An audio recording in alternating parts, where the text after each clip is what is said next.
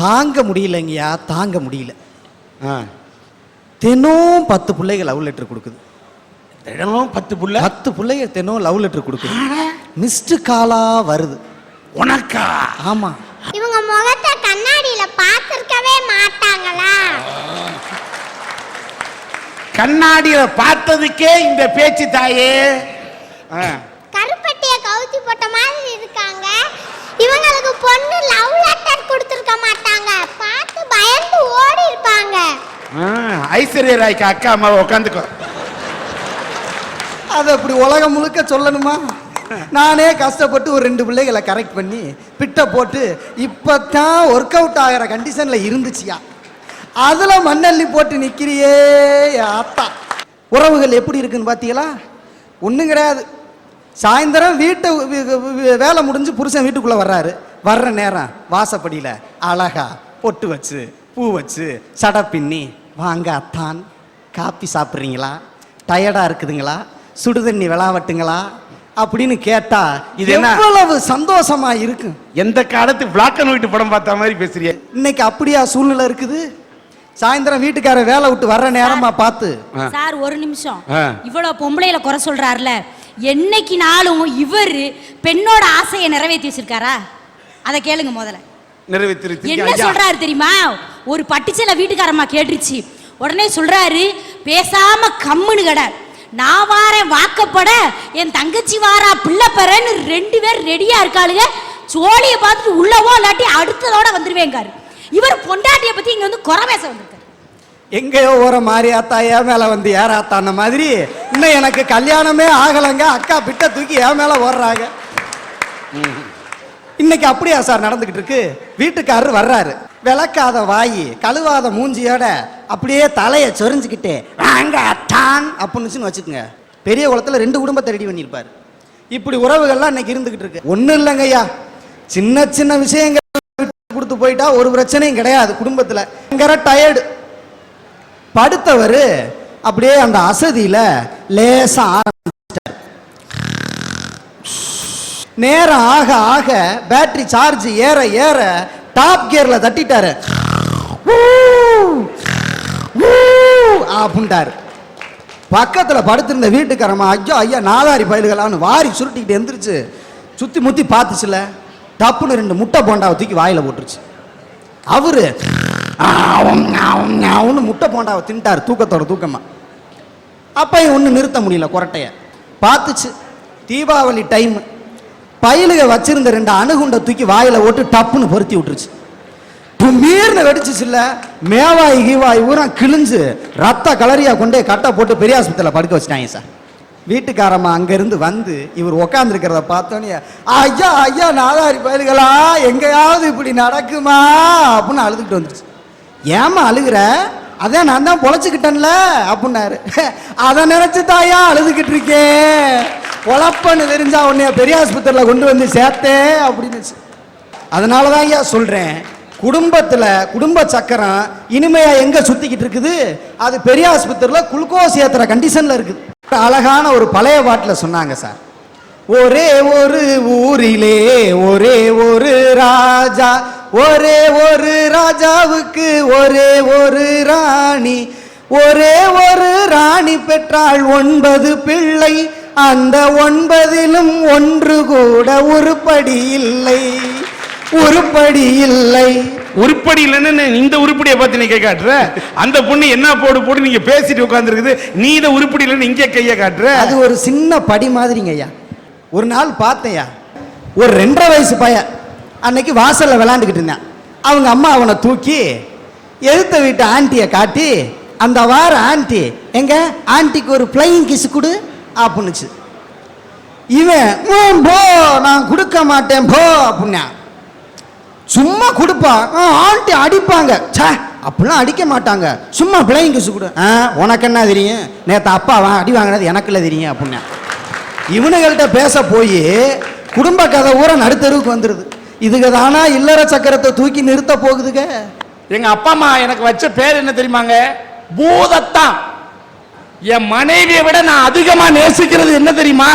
இந்த மைக்கு தான். ஏன்னா நான் என்ன பேசுறேனோ அதை அப்படியே இது வாங்கி கொடுக்கு. ஆனா வீட்டுல ஒண்ணு இருக்கு பாருங்க, நான் ஒண்ணு பேசினா அது 9 பேசுது. உறவுகளால என்ன இன்னைக்கு நாட்டுல மகிழ்ச்சி இருக்குது? இன்னைக்கு வீட்டுல உறவுகள் எங்க? இன்னும் கணவன் மனைவி உறவுகள் இன்னைக்கு நல்லா இருக்கா? ஒரு காலத்துல எங்க பாட்டி எங்க தாத்தா மேல அவ்வளவு மரியாதை வச்சிருப்பா. எங்க தாத்தா பேரும் பூதத்தான் தான். எங்க பாட்டி பூரான் ஊர்ந்து போச்சுன்னு வைங்களேன், பூரான் போகுதுன்னு சொல்ல மாட்டா. ஏன்னா எங்க தாத்தா பேர்ல பூ இருக்கு, பூரான்னு சொல்ல மாட்டா. எங்க தாத்தா எங்க ஊருக்கு கிழக்க இருக்கிற இன்னொரு ஊருக்கு போயிருக்காருன்னு வைங்க, எங்க பாட்டி கிழக்க பார்த்து காலை நீட்டி உட்கார மாட்டா. அவ்வளவு மரியாதை இருக்கும் கெட்டுன புருஷன் மேல. ஆனா இன்னைக்கும் மரியாதை இருக்குதே.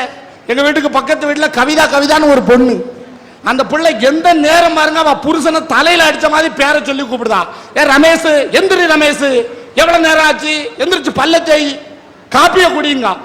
எனக்கு என்ன வேதனை தாங்க முடியல. கெட்டுன புருஷன் தலையில அடிச்ச மாதிரி பேரை சொல்லுதாளேன்னுட்டு என் வீட்டுக்காரியை கூப்பிட்டு எட்டிங்க வா, இவளெல்லாம் பொம்பளையா, இவளெல்லாம் பொம்பளையா, கெட்டுன புருஷனை இப்படி தலையில அடிச்ச மாதிரி ரமேஷ் ரமேஷ் ரமேஷ்னு பேரை சொல்லி கூப்பிடுதால, இவளெல்லாம் விளங்குவாளான்னு என் வீட்டுக்காரி சொல்லுதா. அடுத்த வீட்டு கதையெல்லாம் நமக்கு எதுக்குடா பூதத்தான், நீ முதல்ல வீட்டுக்குள்ள வாடாங்க. இப்படி இருக்கிறே ஐயா உறவுகள். ஒரு கிராமத்துல சென்சஸ் கணக்கெடுக்க போயிருந்தேன், நான் மக்கள் தொகை கணக்கெடுக்கிறதுக்கு போயிருந்தேன். ஒரு அக்காட்ட போய், அக்கா உங்க வீட்டுக்காரர் பேரை சொல்லுங்க அக்கா, நான் சென்சஸ் கணக்கெடுக்க வந்திருக்கேன், பேரை எழுதிக்கிட்டு. அந்த அக்காளுக்கு வந்துச்சு பாருங்க கோபம். என்னது வீட்டுக்காரர் பேரை சொல்லணுமா? வீட்டுக்காரர் பேரை சொல்றத வம்சத்திலே நான் பிறந்திருக்கேன், வீட்டுக்காரர் பேரை சொல்றத சாதி சனத்திலே நான் பிறந்திருக்கேன், விளக்கு மாசால சாத்தி போடுவேன்ட்டான். எனக்கு தாங்க முடியல. எப்பா வீட்டுக்காரர் பேரை சொன்ன உடனே அக்கா எப்படி பதறதான்னுட்டு, எக்கா நீ பேரை சொல்லாண்டாக்கா, ஆனா நான் அடிக்கடி அலைய முடியாது, உன் புருஷன் பேரை எழுதுறதுக்காக நான் 9 தடவை அலைய முடியாதுக்கா. நல்லா இருப்ப சாட மாடையா சொல்லு, நான் குறிச்சுக்கிட்டு தான். என் வீட்டுக்காரர் பேரு கொண்டையில வைக்கிறது கோயில்ல அடிக்குது, கொண்டையில வைக்கிறது கோயில்ல அடிக்குதுன்னா, ஓ கொண்டையில வைக்கிறது பூவு, கோயில்ல அடிக்கிறது மணி. எக்கா உங்க வீட்டுக்காரர் பேரு பூமணி அக்கான்னு. ஆமா, அந்த பேதியில போவான பூமணின்னு தான் எல்லாரும் சொல்லுவாங்க. இதுக்கு முதல்லயே உன் புருஷன் பேர் என்னன்னு கேட்ட உடனே பூமணின்னு சொல்லியிருக்கலாம்ல. இப்படிலாம் என் உறவுகள் இன்னைக்கு இருக்குது. எத்தனை புருஷனை இப்படி வாடா போடான்னு பேசக்கூடிய உறவுகள் இருக்கின்ற காலத்துல என்னத்த உறவுகளால இன்னைக்கு இல்லற சக்கரம் இனிமையா சுழலுதுன்னு சொல்ல முடியுமா? பணத்துக்கு தானே இருக்கு மரியாதை. அழகா ஒரு பாட்டுல சொன்னாங்க, நான் மட்டும் சொல்லல, கோவணத்தில் ஒரு காசு இருந்தா கோழி கூவ ஒரு பாட்டு வரும், பாட்டு படிக்கிற ஏ மாமா உன் கோவணத்தில் ஒரு காசு இருக்கா? அப்ப கோவணத்துல 10 காசு இருந்தாதான் கோழி கூப்பிட பாட்டு வரும்னா, பணத்தை வச்சு தானையா இல்லற சக்கரம் இனிமையாக சுழலுது. உறவுகளால இன்னைக்கு என்ன மகிழ்ச்சி இருக்குன்னு நினைக்கிய? உறவுகளால மகிழ்ச்சி இருக்குதா? இப்ப என் வீட்டுல எல்லாம் பாத்தீங்கன்னா, என் வீட்டுக்காரிக்கு அவ அண்ணன் தம்பி வந்துட்டாம்னு வைங்க, என் வீட்டுக்கு விருந்துக்கு வராமனு வைங்களேன், அவ அண்ணன் தம்பி வந்தாம்னா ஆட்டை அடிப்பா, கோழி அடிப்பா, அசந்தா எண்ணையும் தூக்கி போட்டு அடிப்பா. அவ அண்ணன் தம்பி வந்துட்டாமனா ஐயா கோழி குருமா வச்சு கொடுப்பா. ஆனா அதுவே ஏன் அண்ணன் தம்பி வந்துட்டாமனு வைங்களேன், குருதையிலத்தை எடுப்பா, நெத்தியில ராவிடுவா. எனக்கு குது குதுன்னு விரைச்சுக்கிட்டு வருது, எனக்கு குது குதுன்னு விரைச்சுக்கிட்டு வருதும்பா. போர்வை எடுத்து காலில் இருந்து தலை வரைக்கும் மூடி படுத்துருவா. என் குழந்தை வந்த நேரத்தில் எனக்கு முடியலையே, குது குதுன்னு விரைச்சுக்கிட்டு வருதே, ஐயா உங்க தம்பியை கூட்டிட்டு போய் ஒரு 2 இட்லி வாங்கி கொடுத்து அவளை பஸ் ஏற்றி விட்டுட்டு எனக்கு ஒரு 2 பொட்டலம் பிரியாணியும் கொஞ்சம் சிக்கன் 65 வாங்கிட்டு வாங்க ஐயா. ஒரு மிக்சி வாங்கி கொடுத்துட்டேன். அப்புறம் மாவாட்டதுக்கு கிரைண்டர் வாங்கி கொடுத்துருக்கேன். சனி ஞாயிற்றுக்கிழமை ஆனா அவ சேலை துணிமணி அவ்வளோத்தையும் அவுத்து போடுதான். வேற எதுக்கும் நீங்க நினைக்கப்படாது, துவைக்கிறதுக்கு. நான் துவைச்சுக்கிட்டு இருக்கேன், என் வீட்டுக்காரி பக்கத்துல இருந்து பாட்டு படிக்க, அப்படி போடு போடு போடு அடிச்சு போடு கையாலே, இப்படி போடு போடு போடு இழுத்து போடு கொடி மேலே. நான் என்ன செய்தேன் தெரியுமா? இந்த நுரை போதுமா, இன்னும் கொஞ்சம் வேணுமா, இந்த நுரை போதுமா, இன்னும் கொஞ்சம் வேணுமா, இந்த நுரை போதுமா, இன்னும் கொஞ்சம் வேணுமா, இப்படி கிடந்து துவைச்சுக்கிட்டு இருக்கேன். குடும்பத்துல இவ்வளவு நடக்குமா? அதெல்லாம் அனுபவிச்சு பார்த்தாதான் தெரியும். வேணாம்யா, கல்யாணமே வேணாம். ஐயா வரும்போது செண்டு மாதிரி வந்தவா இப்ப குண்டு மாதிரி இருக்கா. தூரும் தலப்பும் ஒண்ணு போல மொழு மொழு மொழு மொழு மொழு மொழுன்னு இருக்கு. ஐயா நாங்களும் உழைச்சு போட்டு போட்டே இப்படி ஆயிட்டோம் ஐயா. எது உழைச்சு உழைச்சு தேஞ்ச உடம்பாமா இந்த உடம்பு? ஐயா ஐயா தேஞ்ச உடம்பே இப்படி இருந்தா தேயதுக்கு முந்தி இது எப்படி இருந்திருக்கும்? இந்த உறவுகள் எப்படிங்க மகிழ்ச்சியை தரும்? எங்க பக்கத்து வீட்டு பையன் புது சைக்கிளோட எங்க வீட்டுக்கு வந்தான். என் பையன் ஆசையா ஓடி போய் அந்த சைக்கிளை பிடிச்சி இழுத்தான். இவன் இழுக்க அவன் இழுக்க பிரச்சனையாச்சே தவிர 2 பேரும் விட்டு கொடுக்கல. இதை பார்த்துட்டு நான் போய், தம்பி இது அவங்க வீட்டு சைக்கிளையா, விட்டுடா அப்படின்னு ஆசையா தூக்குனீங்க. அவன் என் கையை பறிச்சு எரிஞ்சிட்டு அதே இடத்துல கீழே விழுந்து பம்பரம் சுத்துறது மாதிரிக்கு சுத்தி சுத்தி அழுதாயா. இத பார்த்து எங்க வீட்டுக்காரு உடனே கம்பத்துக்கு போய் 2000 ரூபாய்க்கு ஒரு புது சைக்கிளை வாங்கிட்டு வந்து எங்க வீட்டுல நிறுத்தினாரியா. அத பார்த்து என் பையன் அடைஞ்ச சந்தோஷம் இருக்கு பாருங்கய்யா, அத என் வார்த்தையால சொல்ல முடியாதுயா. பெத்தா மட்டும் போதாது, பிள்ளைகளினுடைய ஐயா அந்த அம்மாட்ட ஒரு கேள்வி. ஏங்கம்மா உங்க பையன் பக்கத்து வீட்டு சைக்கிளை தானே இழுத்தான்? அண்ணே நீங்க இப்படி எல்லாம் கேப்பீங்க. என் பையனுக்கு வயசு 2னே. நல்ல வேலைம்மா. அவன் சைக்கிளை தான் இழுத்திருக்கிறான், நீ சைக்கிள் கேப்ல புந்து வேற விஷயத்தை இழுத்துன்ற. என்னாலொல்லு உனக்கு எப்படி பொண்ணு கிடைக்கும்?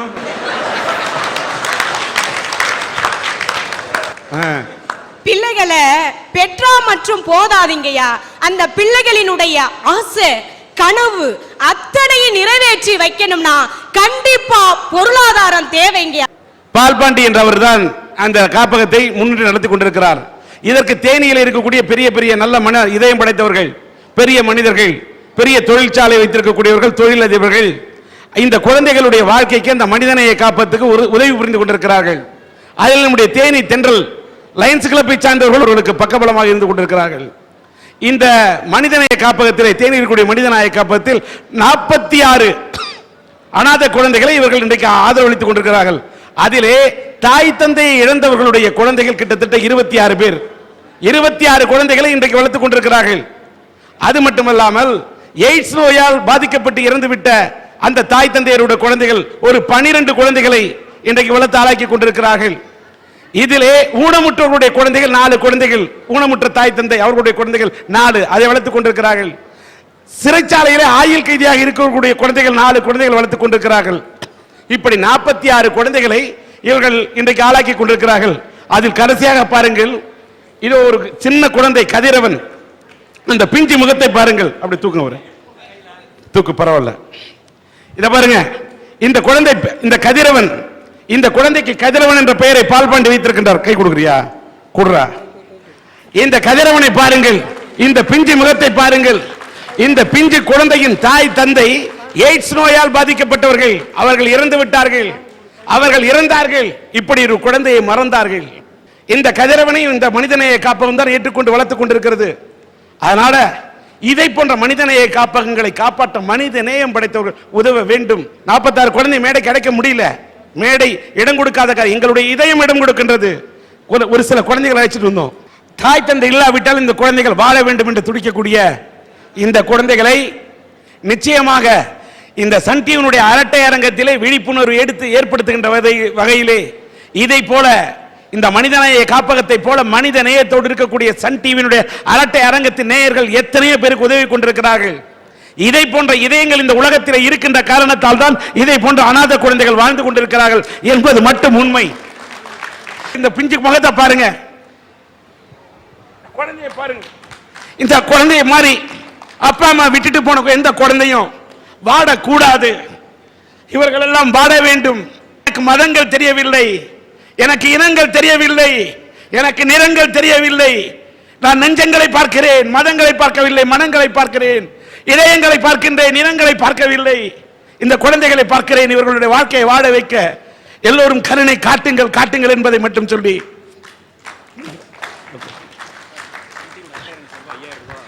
சன் டிவியினுடைய அரட்டை அரங்கத்தின் சார்பாக இந்த தேனியின் மனிதநேய காப்பத்துக்கு 5000 ரூபாயை வழங்குகின்றோம்.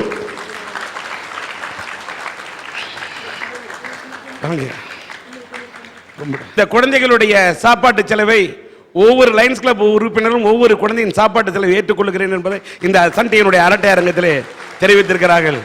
இவர்களை மனதார பாராட்டுகிறேன். ரஃபீக் அவர்கள் மாதம் ஒரு மூட்டை இந்த குழந்தைகளுக்கு உணவுப் பொருளுக்காக அரிசி மூட்டை தருவதாக சொல்லியிருக்கிறார். நன்றி. பெரியகுளத்தை சார்ந்த LIC ஏஜென்ட் ரங்கராஜன் அவர்கள் இந்த குழந்தைகளுக்கு 18 வயசிலே காப்பீடு கிடைக்கக்கூடிய அளவிலே இந்த ஒரு வருட பிரீமியத்தை இந்த குழந்தைகளுக்காக ரங்கராஜன் அவர்கள் பெரியகுளத்தில் இருப்பவர்கள் கட்டுகிறார். 18 வயசுல இந்த குழந்தைகளுக்கு பயன்படும். இந்த ஒரு வருஷத்தை இவர் கட்டுற மாதிரி எதிர்காலத்தில் மற்றவர்கள் இந்த குழந்தைகளுக்கு அந்த பிரீமியத்தை கட்டினால் இந்த குழந்தைகளுக்கு அந்த பணம் வளர்ந்து வந்து இவர்கள் வளரும் போது பயன்படும். இன்றைக்கு போடும் விதை எதிர்காலத்தில் மரமாய் அவர்களுக்கு உதவும் என்று சொல்லிக் கொள்கிறேன். முன்னாள் ராணுவத்தை சேர்ந்த P. கிருஷ்ணசாமி என்பவர் 5000 ரூபாய் தருகின்றார்.